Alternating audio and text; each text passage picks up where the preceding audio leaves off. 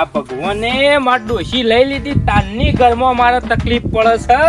જાતે સોણ ભરવું પડે, જાતે વાસંદુ વાળવું પડે, પછી જાતે બાજરીના રોટલા ખાવા પડું. પણ શું કરો, આમાં કુદરતને ગમ્યું એ ખરું, પણ મારો છોકરો સ બાલ્યો 21 વર્ષનો થઈ ગયો, 21 વર્ષનો.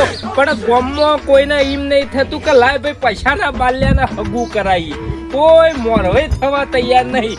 વચમાં 2 હગો આયા તો તે પણ બાલ્યો મારો બેટો ના પાડતો હતો કે મને બાપા ગમતું નહીં. આમાં અત્યારનો જમાનો છે, છોકરોને ગમે એ ખરું, બાપાને ગમે એ તો કશું નહીં. પણ શું કરે ખસે રાગ રાગ. હું કરો છો? શું કરીએ ભાઈ? આવો વાલજી ભાઈ. હા ભાઈ કોણથી હો? શું કરીએ? દુઃખના ડુંગર લઈને માથે ફરીએ છીએ. કોને શરદી થઈ જાય છે? હા એટલે દવાખાને લઈ જાઉં છું. હા પેચલ શરદી થઈ ગઈ?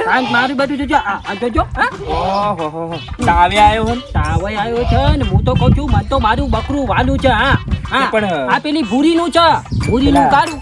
સારા ડોક્ટર પાસે લઈ જજો. આરા પહાને જ બતાવું. અને આ કચરો તમે કેમ વાળો છો? તમને ખબર તો છે કે અમારા ઘરમાં બૈરું માણસ તો કોઈ છે નહીં. શું કરે કયો? ચિંતા ના કરો, એનો ઉકેલ કરીએ છીએ. આ બકરા છે ને હું પેટ છલ્યા મેં પીને આવું ને પછી તમને શાંતિથી વાત કરું. હગું છે મારા જન્મો. હગું એટલે મોટો ડાલ. હા બેહો બેહો મને થોડું કામ મેલું. ખાઓ મેલો વાતો નહીં. તું તો બસ ખાઈ જા. આપણે ચિંતા નહીં. પાણી લાવો, પાણી લાવો. હા પાણી પીશો. પાણી લઈ જાઓ. બેહો કહું છું બેહો. હા